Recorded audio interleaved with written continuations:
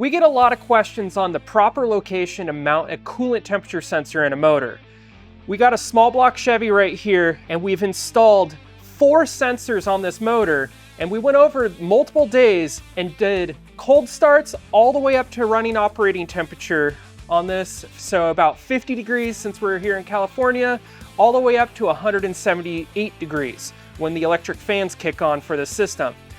We did that in all of these locations just to see what would happen. How long does it take an engine to warm up according to the system with these different locations for coolant temperature? So we got our traditional spot that we always recommend, which is right next to the thermostat housing. On the back of the engine, where there's no coolant crossover, we got another coolant temperature sensor for the small block Chevy, and then down in a cylinder head and on the water pump.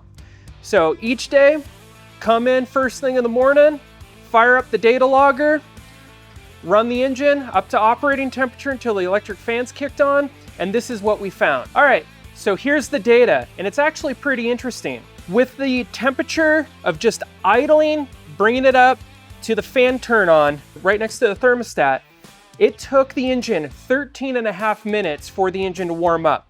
So that's from initial key on crank all the way to the warm up time. So I was already expecting the cylinder head to warm up the fastest, but it traced pretty close to the thermostat housing. So that one warmed up in 12 minutes. Now, I was expecting the water pump to be kind of in line with the next to the thermostat housing, but I was really off on that one. That one took 20 minutes for the engine to warm up. And interesting enough, when the thermostat housing started to open at about 165 degrees, which is the thermostat set to in here, the temperature dropped a little bit and then maintained before it finally warmed up all the way. So that took 20 minutes for that to happen. And then in the back of the intake manifold where there's no coolant flowing, that one took 18 minutes.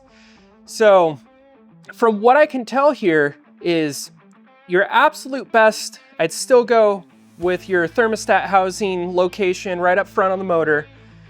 Right on the cylinder head actually is not that bad of one. It warmed up 1.5 minutes faster than the thermostat housing, which I really wouldn't expect to be that bad.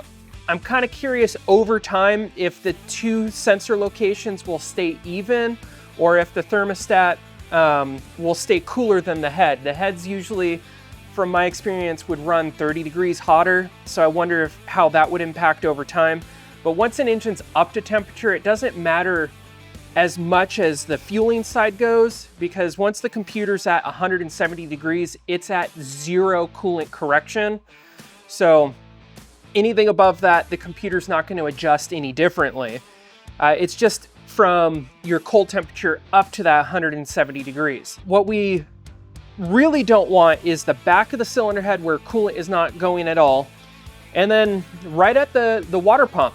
I know a lot of Chrysler people have coolant temperature sensors in the water pump, but it seems like that takes a really long time for temperature to warm up over time. And then once the thermostat starts to open, it runs back at the thermostat temperature for an extended period of time. So if you're running a cold thermostat, you're giving a percentage of enrichment that you really don't need to be. And I mean, that's just unneeded fuel that you're burning.